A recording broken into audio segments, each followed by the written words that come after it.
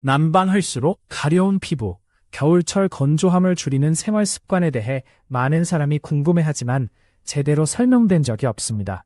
오늘은 이 문제의 핵심을 짚어보겠습니다.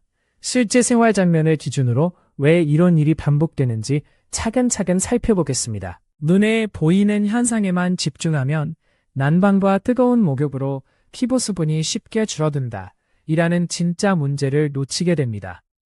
겉으로는 작은 불편처럼 보이지만 같은 상황이 반복되면 비용과 스트레스가 커집니다. 반복되는 패턴에는 반드시 이유가 있습니다. 의지의 문제가 아니라 구조의 문제일 가능성이 높습니다. 그래서 오늘은 감정적인 조언보다 실제로 확인할 수 있는 기준을 중심으로 설명하겠습니다. 첫 번째로 살펴볼 것은 판단 기준이 불분명한 상황입니다.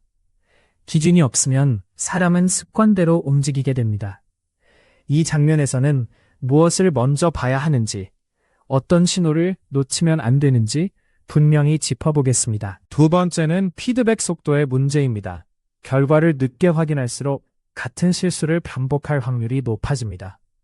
비슷해 보이는 선택지도 기준이 다르면 전혀 다른 결과를 만들 수 있습니다. 세 번째는 기록의 부재입니다. 기록하지 않으면 무엇이 달라졌는지 알 수 없고 개선도 어렵습니다. 생활 속에서 자주 마주치는 사례를 떠올리면 이 차이가 훨씬 쉽게 이해됩니다. 작은 것을 무시하는 습관이 쌓이면 나중에 큰 문제로 돌아옵니다. 이 지점을 많은 사람이 그냥 지나칩니다. 작은 요소 하나가 전체 흐름을 바꾸기 때문에 사소해 보이는 부분도 따로 확인해야 합니다. 문제를 인식하고도 미루는 순간 상황은 더 복잡해집니다.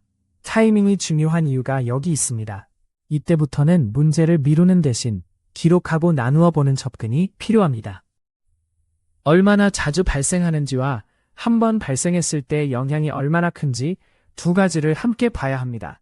판단이 어려운 순간에는 빈도, 영향, 되돌릴 수 있는지를 함께 보면 됩니다. 실내 환경과 목욕 습관을 조절하고 씻은 뒤 바로 보습한다. 이 핵심입니다. 문제를 잘게 나누고 원인을 확인하고 작은 것부터 실행하세요. 순서를 정하면 복잡한 문제도 오늘 할 수 있는 행동으로 바뀝니다. 실제로 효과가 있는 방식에는 공통점이 있습니다. 기록되고 비교되고 다음 행동으로 이어지는 것입니다. 좋은 방식은 어렵기보다 반복 가능하고 다음 행동이 분명하다는 특징이 있습니다. 서울의 한 직장인이 겨울 저녁 뜨거운 물로 오래 씻은 뒤 팔이 당기는 느낌을 줄이기 위해 목욕 시간을 줄이고 물기를 닦은 직후 보습제를 바른다처럼 보이는 것과 실제 원인은 다를 수 있습니다. 현상이 아닌 원인을 보세요. 현실 사례에서는 말로 아는 것과 실제로 적용하는 것 사이의 차이가 드러납니다. 실행은 한 번으로 끝나지 않습니다.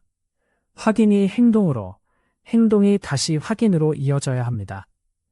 한 번의 결심보다 매일 확인할 수 있는 작은 연결고리가 더 중요합니다. 지금 당장 할 수 있는 한 가지는 문제를 구체적인 문장으로 써보는 것입니다. 처음부터 완벽하게 하려 하지 말고 지금 보이는 한 가지부터 바꾸는 것이 좋습니다. 전부 바꾸려 하지 말고 영향이 가장 큰 행동 하나만 골라서 바꿔보세요. 작은 실험은 부담을 줄이고 결과를 확인하며 방식을 고칠 수 있게 합니다. 세 가지만 확인하세요. 원인이 구체적인가? 행동이 작은가? 결과를 확인할 시간이 있는가? 점검 기준을 미리 정해두면 시간이 지나도 같은 실수를 줄일 수 있습니다. 실내 환경과 목욕 습관을 조절하고 씻은 뒤 바로 보습한다를 꾸준히 실천할 때 문제는 두려움이 아닌 관리 가능한 과제가 됩니다. 결국 핵심은 복잡한 문제를 생활 속에서 계속 실행 가능한 방식으로 바꾸는 것입니다.